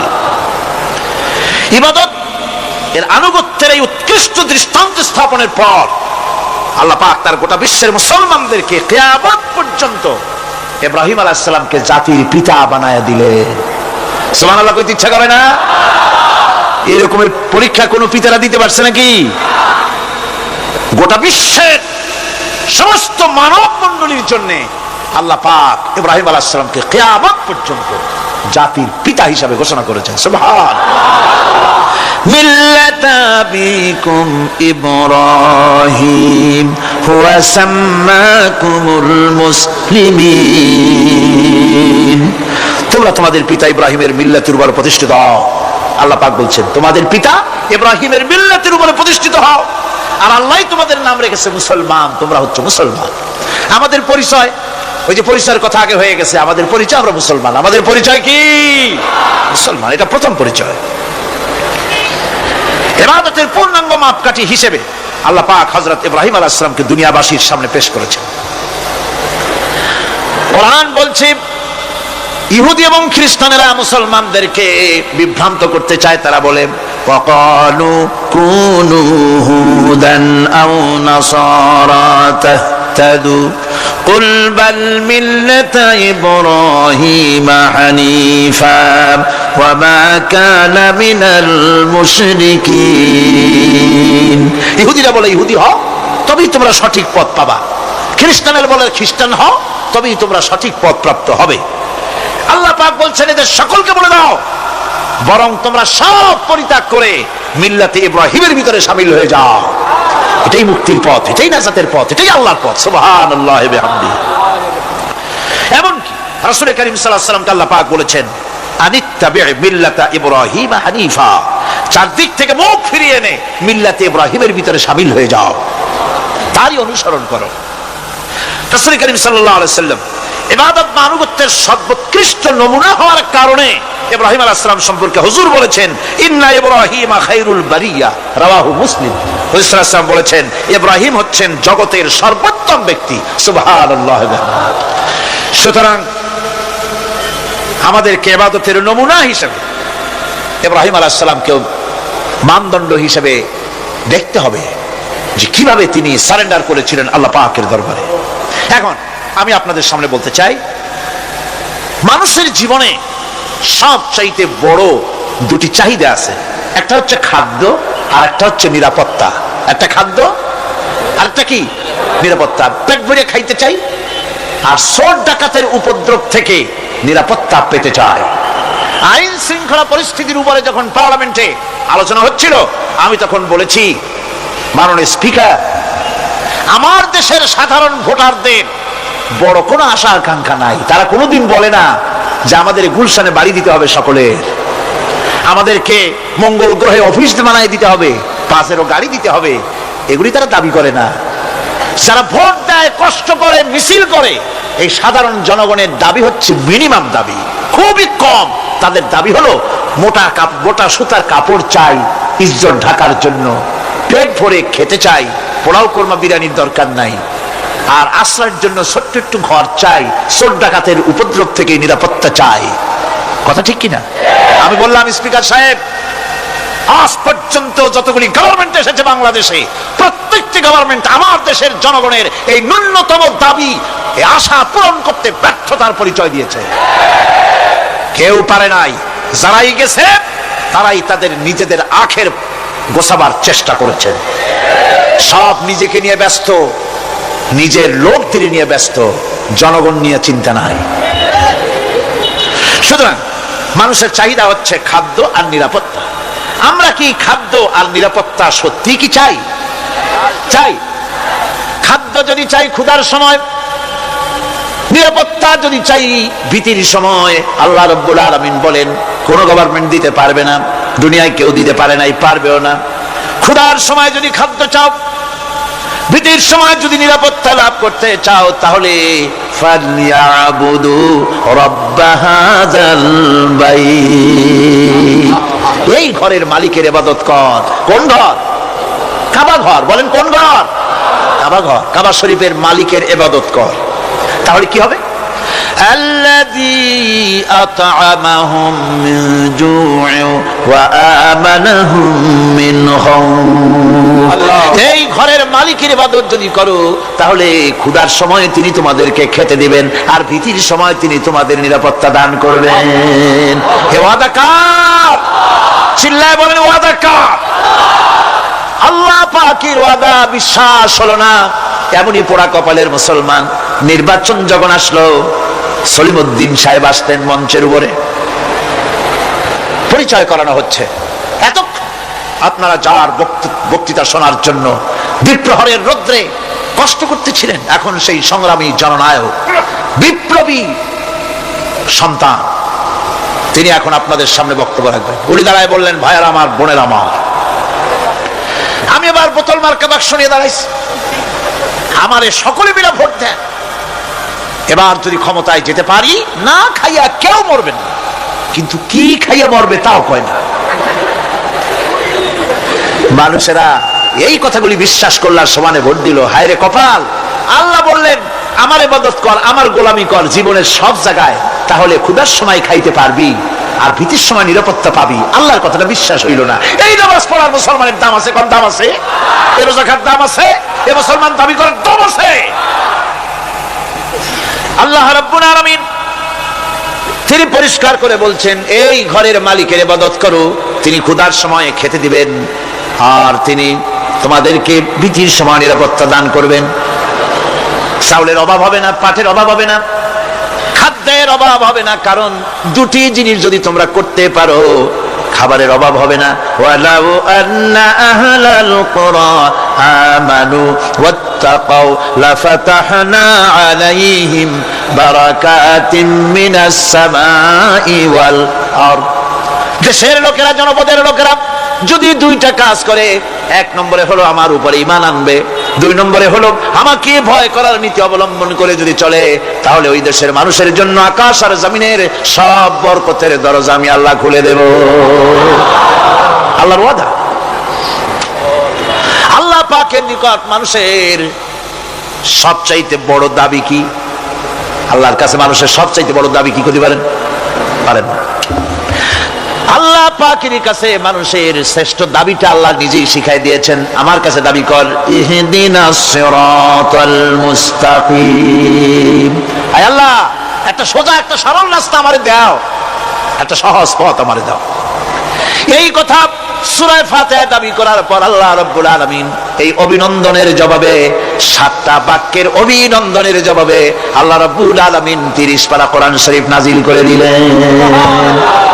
সূরা ফাতিহার এই সওয়ালের জবাবে আল্লাহ পাক বললেন, ওয়া আনি'বুদুনি হাযা সিরাতুম মুস্তাকিম। সোজা রাস্তা চাও, আমার গোলামি করো, ইবাদত করো। সব জায়গায় ইবাদত, গোলামি করাই লাগবে। আমার কাছে সোজা রাস্তা চাও, সোজা রাস্তা হলো আমার গোলামি করা। কার গোলামি? বেহেশতে যেতে চান?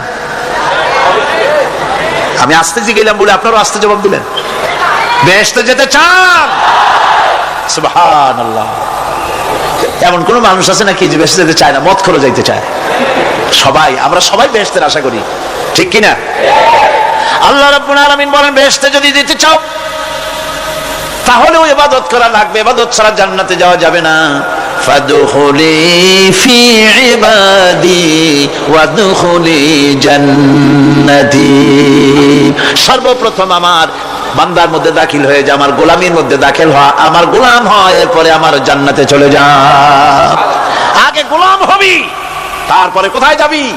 জান্নাতে যাবে। আগে গোলাম হ, আগে গোলামির খাতায় নাম লেখা, আগে সত্যিকারের আমার বান্দা হ, গোলাম, এরপরে জান্নাতে যাওয়া যাবে। জান্নাতে যাইয়া আল্লাহর সাথে কি দেখা করতে চাই? আল্লাহর সাথে দেখা করতে চাই। আল্লাহ রাব্বুল আলামিন বলেন, ফামা কানা ইয়ারজু লিকা রাব্বিহি ফালইআমাল আমালান সালিহান ওয়া লা ইউশরিক বিইবাদাতি রাব্বিহি আহাদা। তোমাদের মধ্যে যদি কেউ আল্লাহর সঙ্গে, তার রবের সঙ্গে যদি কেউ দেখা করতে চায়, তাহলে সে যেন ভালো ভালো কাজ করে, নেক কাজ করে, আর তোমার রবের সাথে অর্থাৎ আল্লাহ রাব্বুল আলামিনের সাথে ইবাদতের মধ্যে যেন কাউকে শরীক না করে। শিরক যদি না করো, খাঁটি গোলাম খাঁটি বান্দায় যদি পরিণত হতে পারো, কিয়ামতের দিন আল্লাহ রাব্বুল আলামিনের সঙ্গে দিদার নসিব হয়ে যাবে। এই গোলামি করব কতদিন? কতদিন গোলামি করব? এই প্রশ্নের জবাবে আল্লাহ রাব্বুল আলামিন কোরআনে কারীমের মধ্যে জবাব দিয়ে দিয়েছেন, ওয়া'বুদ রাব্বাকা হাত্তা ইয়াতিয়াকাল ইয়াকিন। মৃত্যু পর্যন্ত যতক্ষণ না নাক দিয়ে শেষ প্রশ্বাসটি নিঃশ্বাসটি বেরিয়ে যাচ্ছে, ততক্ষণ পর্যন্ত আনুগত্য গোলামি শব্দ হবে কার? জোরে চিল্লায় এখন কার? এই গোলামি জীবনের সব ক্ষেত্রে করতে পারলে আমরা মুসলমান, আর করতে না পারলে মুসলমান নামে মুনাফিক। না পারলে কি? মুনাফিক। বন্ধুগণ, ইয়াকা নাবুদু পর্যন্ত বলে ওয়া ইয়াকা নাস্তাইনের কথাটা শোনাচ্ছি। সূরা ফাতিহার ভিতরে আমরা পড়ি, পড়েন আমার সাথে, ইয়াকা নাবুদু ওয়া ইয়াকা নাস্তাইন। হে আল্লাহ, একমাত্র তোমার গোলামি করি আর একমাত্র তোমার কাছে সাহায্য চাই। তুমি ছাড়া কারো কাছে সাহায্য? এটা কি ঠিক? এটা কি আমাদের মনের কথা, ঈমানের কথা?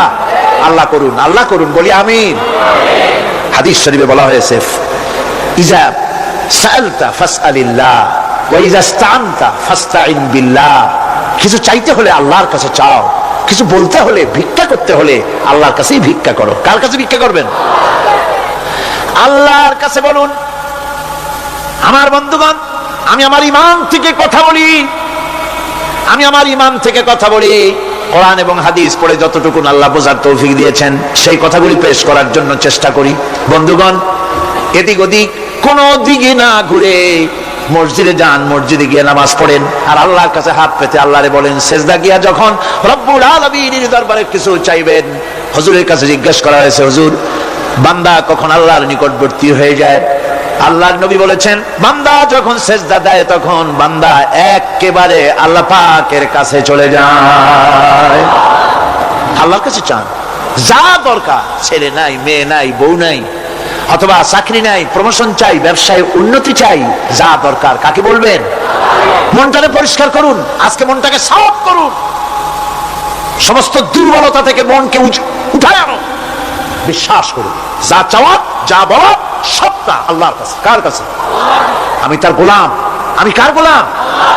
আল্লাহ ছাড়া কারো কাছে আমার অভিযোগ তুলবো না, সবটা বলবো আল্লাহর কাছে। বলে দেখেন, বলে দেখেন আল্লাহ পাক কিভাবে আপনাকে সাহায্য করেন। সুবহানাল্লাহ। ভাইরা আমার, আল্লাহ রাব্বুল আলামিন রাসূল করিম সাল্লাল্লাহু আলাইহি ওয়াসাল্লামকে বলেছেন, ফাইদা ফারাগতা ফানসাব ওয়া ইলা রাব্বিকা ফারগাব। যখন তুমি খালি হাত হয়ে যাবে, দাঁড়িয়ে যাবে এবং তোমার রবের কাছে মিনতি জানাবে, কিছু যখন থাকবে না, তোমার রবের কাছে দাঁড়ায় যাও আর তার কাছে মিনতি জানাও, তোমাকে আল্লাহ ভরপুর করে দিবেন। ভান্ডের কোনো অভাব নাই। আমাদের ভান্ড হচ্ছে যত দেব তত কমবে, আর আল্লাহর ভান্ড যত দেয় তত সমান সমান থাকে, মোটেই কমে না, মোটেই কমে না। সুতরাং দয়াল বাবা, বাবাজান, কেবলাজান বাবা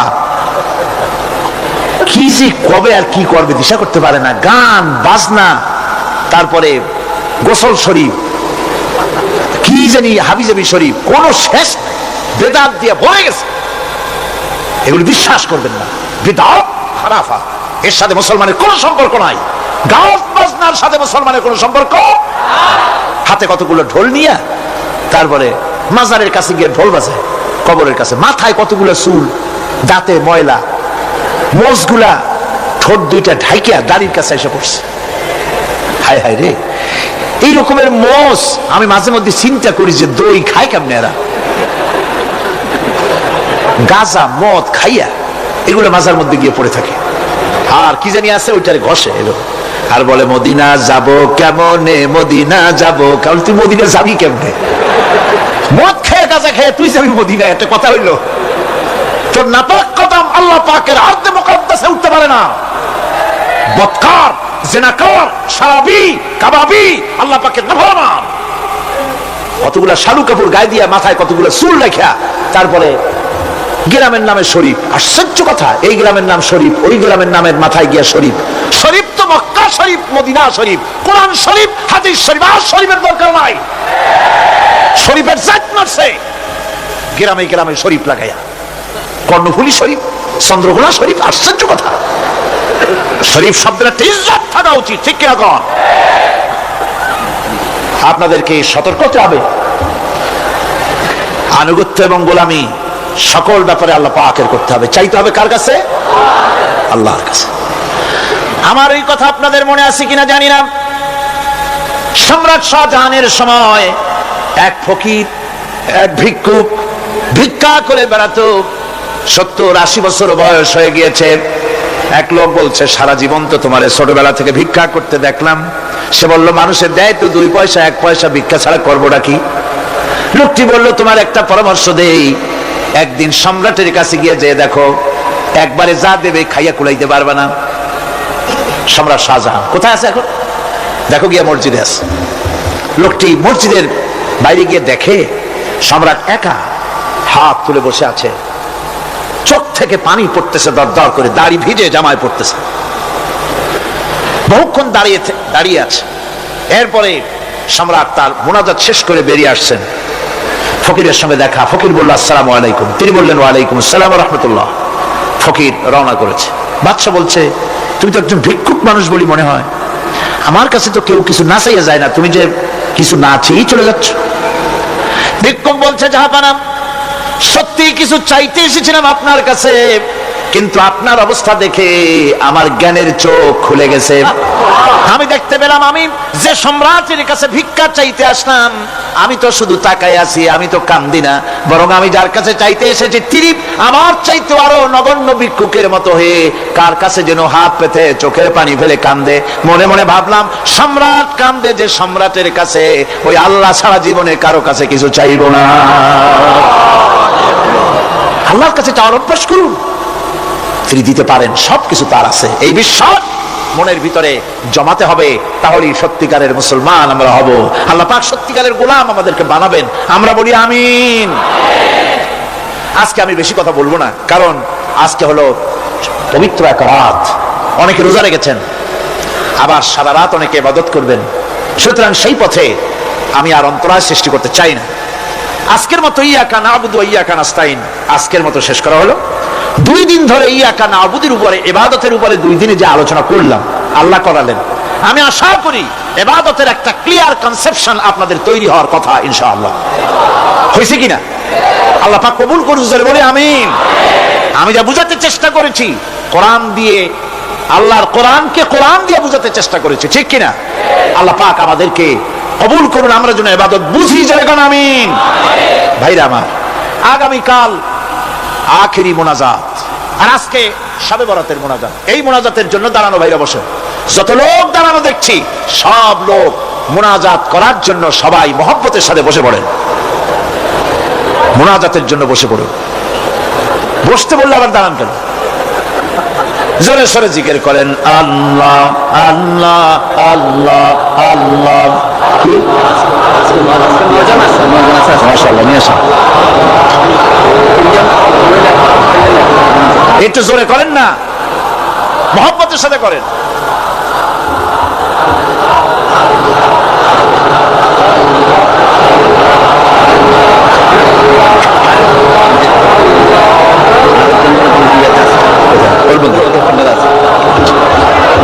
আলহামদুলিল্লাহ, কোন আলহামদুলিল্লাহ। আজকের পবিত্র রজনীতে 9 জন ইসলাম কবুল করার জন্য মঞ্চে চলে এসেছেন।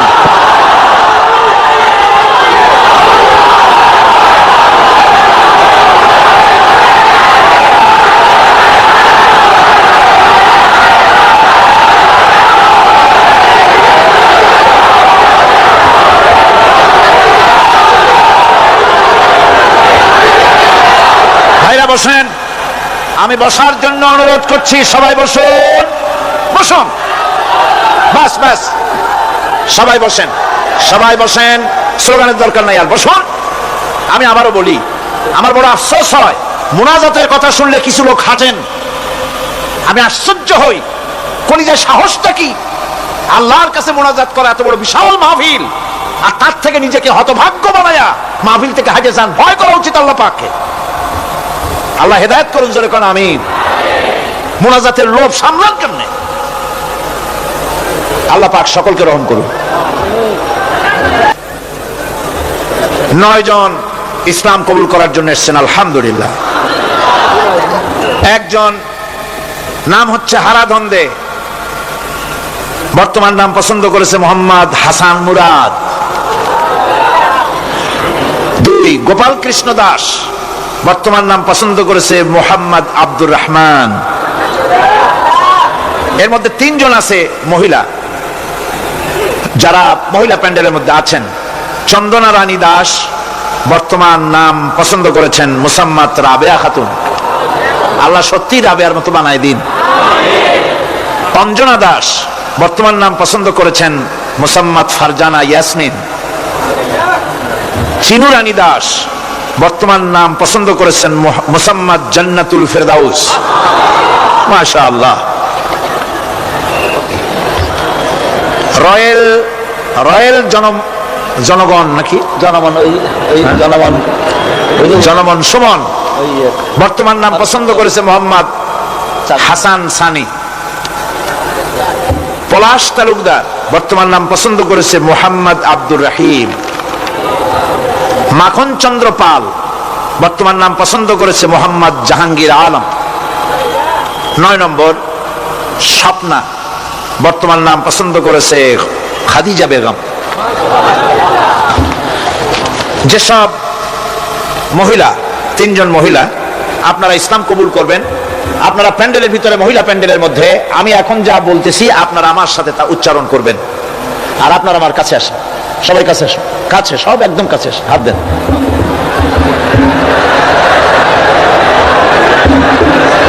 মাইকের কাছে আসেন। বিসমিল্লাহির রহমানির রহিম। লা ইলাহা ইল্লাল্লাহু মুহাম্মাদুর রাসূলুল্লাহ। আল্লাহ ছাড়া কোনো ইলাহ নাই, মাবুদ নাই, উপাস্য নাই।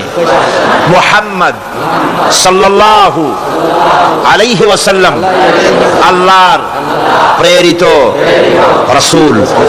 আশহাদু আন লা ইলাহা ইল্লাল্লাহু ওয়াহদাহু লা শারীকা লাহু ওয়া আশহাদু আন্না মুহাম্মাদান আবদুহু ওয়া রাসূলুহু।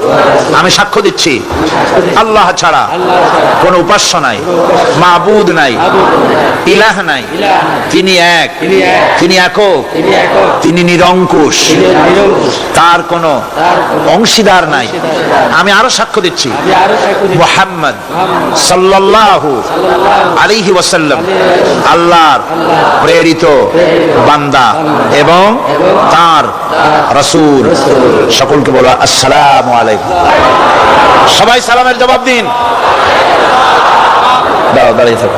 আমি এই বিশাল জনসমুদ্রের পক্ষ থেকে, তাওহীদি জনতার পক্ষ থেকে এই নতুন ভাইদেরকে বুকে আলিঙ্গন করে আমি তাদেরকে সম্মানিত করছি।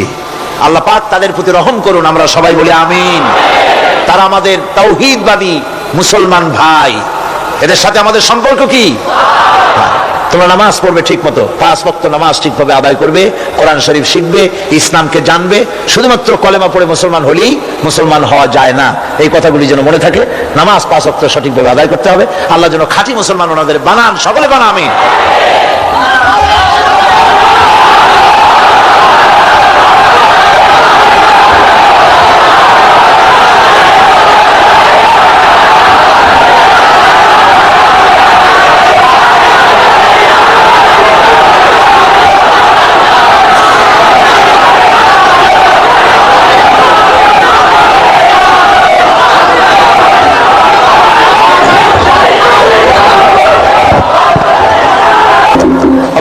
آمين. ربنا ظلمنا أنفسنا وإن لم تغفر لنا وترحمنا لنكونن من الخاسرين ربنا لا تزغ قلوبنا بعد إذ هديتنا وهب لنا من لدنك رحمة إنك أنت الوهاب আয় আল্লাহ তাআলা পবিত্র কোরআনে কারীমের তাফসীরের মাহফিলের আজকের এই চতুর্থ রজনীতে আয় আল্লাহ আমরা তোমার দরবারে গুনার বোঝা নিয়ে তোমার দরবারে হাত তুলেছি মেহেরবানি করে আমাদের আলোচনার সওয়াব দুরূদ ও সালাম এর সওয়াব রাসূল করিম সাল্লাল্লাহু আলাইহি ওয়াসাল্লামের রূহ মুবারকে পৌঁছায় দাও রব্বুল আলামিন আমাদের মধ্য থেকে যাদের মা বাপ দুনিয়া থেকে বিদায় হয়ে গেছে আয় আল্লাহ কোন অবস্থায় আছে জানি না রব্বুল আলামিন আজকের এই পবিত্র রজনীতে তোমার দরবারে হাত তুলেছি আমাদের মা বাপের গুনাহ খাতা maaf করে দাও রব্বুল আলামিন মা বাপের কবরগুলিকে জান্নাতের টুকরায় পরিণত করে দাও রব্বিরহামহুমা কামা রব্বায়ানি সগীরা পড়েন সবাই রব্বিরহামহুমা কামা রব্বায়ানি সগীরা হে আল্লাহ তাআলা জীবনে গুনাহ করে করে জীবনটারে আমরা নষ্ট করে ফেলেছি মাবুদ গো মেহেরবানি করে আমাদের तमाम জিন্দেগীর গুনাহ খাতা maaf করে দাও আমাদের দাদা দিনা নানি আত্মীয় স্বজন পাড়া প্রতিবেশী আমাদের পীর ওস্তাদ আমাদের মুর্শিদ আমাদের বন্ধু বান্ধব যারা মারা গেল কবরগুলিকে জান্নাতের টুকরা বানাইয়া দাও রব্বুল আলামিন তোমার হাবিব বলেছেন 3000 বছর বসে জাহান্নামের আগুন উত্তপ্ত করা হয়েছে রক্ত মাংসের শরীর নিয়ে জাহান্নামের আগুন সহ্য করতে পারবো না বাবু তুমি দয়া করে মেহেরবানি করে জাহান্নামের আগুন আমাদের জন্য হারাম বানাইয়া দাও হে আল্লাহ তাআলা আমাদের মা বাপ আমাদের স্ত্রী পুত্র পরিজন যারা মারা গেছে সকলের জন্য জাহান্নামের আগুন হারাম বানাইয়া দাও রব্বুল আলামিন আমাদেরকে তোমার খাঁটি গোলামদের মধ্যে শামিল করে নাও হে আল্লাহ তাআলা রব্বুল আলামিন কিয়ামতের ময়দানে যেদিন পায়ের নিচে হবে তোমার মতো মাটি আর মাথার উপরে প্রকাণ্ড সূর্যের কিরণ হবে মাথাটা ফেটে গিয়ে মাথার চাঁদি ফেটে গিয়া মগজগুলি গলে গলে নাক কান দিয়ে বের পড়তে লাগবে জিহ্বাটা কুকুরের মতো ঝুলে নাভিস্থল পর্যন্ত পড়ে যাবে ময়দানে সারা পড়বে পানি পানি বলে আল্লাহ ওই দিনে তোমার হাবিবের হাতের কাউসারের পেয়ালা আমাদের নসিব করে দিও রব্বুল আলামিন আয় আল্লাহ তাআলা লক্ষ লক্ষ মানুষ তোমার দরবারে ভিক্ষুকের মতো হাত তুলেছি আয় আল্লাহ কিয়ামতের দিন তুমি দয়া করে আমাদেরকে সেই জান্নাত দান করো যেই জান্নাতের ভিতরে তোমার হাবিব বসা থাকবেন আয় আল্লাহ তাআলা তোমার হাবিবকে দেখি নাই অনেকে যাইতে চায় মদিনায় পয়সার অভাবে যেতে পারে না সারা জীবন কাবা শরীফের দিকে ফিরে তোমাকে সিজদা দেয় সেই কাবা অনেকে দেখে নাই এই রকমের লোক যারা আছে যেতে মন চায় হজ নসিব করে দাও তোমার হাবিবের রওজার কিনারে গিয়ে জীবনে বারবার সালাম দেওয়ার তৌফিক দিয়ে দাও রব্বুল আলামিন तमाम পৃথিবী মুসলমানদের জন্য আজকে বড় বিপদের দিন বসনিয়ার মুসলমানেরা মরতেছে সোমালিয়ায় না খেয়ে বলে কাশ্মীরের মুসলমান মরে সুদানে সোমালিয়ায় এরিত্রিয়ায় বার্মায় ফিলিপিনে দুনিয়ার বিভিন্ন জায়গায় মুসলমানেরা কষ্টের ভিতরে আছে আল্লাহ মুসলমানের গুনার দিকে না তাকাইয়া তোমার হাবিবের উম্মতের কথা চিন্তা করে আল্লাহ তুমি maaf করে দাও রব্বুল আলামিন তোমার হাবিবের বরকতে তার তোফাইলে আল্লাহ তুমি দয়া করে বিশ্ব মুসলমানদের মুক্তি দাও দুনিয়ার মুসলমানদের এক বানায় দাও নেক বানায়া দাও আয় আল্লাহ তাআলা तमाम পৃথিবীর বুকে মুসলমানদের হারানো সম্পদ হারানো ইজ্জত আবার তুমি ফিরাইয়া দাও রব্বুল আলামিন মা বোনেরা প্রতিদিন কষ্ট করে মাহফিলে আসেন আমরা সবাই মিলে আমাদের মা বোনদের জন্য দোয়া করি আল্লাহ তুমি দয়া করে মেহেরবানি করে মা বোনদের জিন্দেগির গুনাহ মাফ করে দাও নিঃসন্তানীকে সন্তান দিয়ে দাও আয় আল্লাহ রব্বুল আলামিন আমাদের বিবি বাল বাচ্চা যা দান করেছো সবগুলোকে দিনদার ইমানদার নামাজি বানাও আজকের এই পবিত্র রাত্রে মাবুদকে দয়া করে মেহেরবানি করে আমাদের প্রতি তোমার রহমতের নজর দিয়ে তাকাও। আল্লাহ তাআলা সমাজ কল্যাণ পরিষদ তোমার উপরে ভরসা করে বিরাট খরচের বোঝা মাথায় নিয়ে মাহফিলের আয়োজন করেছেন। আল্লাহ তুমি দয়া করে তোমার বান্দাদের দিল খুলে দাও, তাদের হাত খুলে দাও, যাতে করে ঋণ মুক্ত তারা করে দেয়। রব্বুল আলামিন দয়া করে মেহেরবানি করে মাহফিল তোমার দরবারে কবুল করে নাও। আর একটা দোয়া করি, গতকাল তোমার বান্দারা কুষ্টিয়া থেকে যারা আসতেছিলেন, দুটো অবিবাহিত যুবক ছেলে মারা গেল, আল্লাহ শাহাদাতের দরজা নসিব করে দাও। ওর মধ্যে একজন তো আছে যার বাপ নাই, তার মা তার উপরে নির্ভর ছিল। ওই মা যখন খবরটা পেয়েছে তার বুকে কেমন ভাবে অবস্থা হয়েছে, তার মাকে ধৈর্য ধরার তৌফিক দিয়ে দাও। রব্বুল আলামিন ইন্ডিয়া থেকে, বার্মা থেকে, বাংলাদেশের প্রত্যন্ত অঞ্চল থেকে মানুষেরা কষ্ট করে এসেছেন, বড় আশা নিয়ে এসেছেন। আল্লাহ সকলের দিলের নেক মকসুদ তুমি পুরা করে দিও।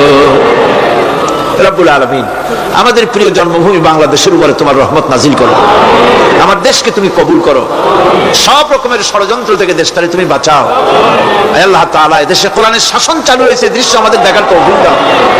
আয় আল্লাহ যদি কেউ দেশের উপরে জুলুম করার চিন্তা করে, মুসলমানদের উপরে, আলেমদের উপরে, ইসলামের উপরে হাত দেওয়ার চিন্তা যদি কেউ করে, আল্লাহ সে হাতগুলি তুমি অবশ করে দাও। আয় আল্লাহ মুসলমানের দেশ, পৃথিবীর দ্বিতীয় বৃহত্তম মুসলিম দেশ, আমাদের ভুলের কারণে তুমি আমাদেরকে শাস্তি দিয়েছো,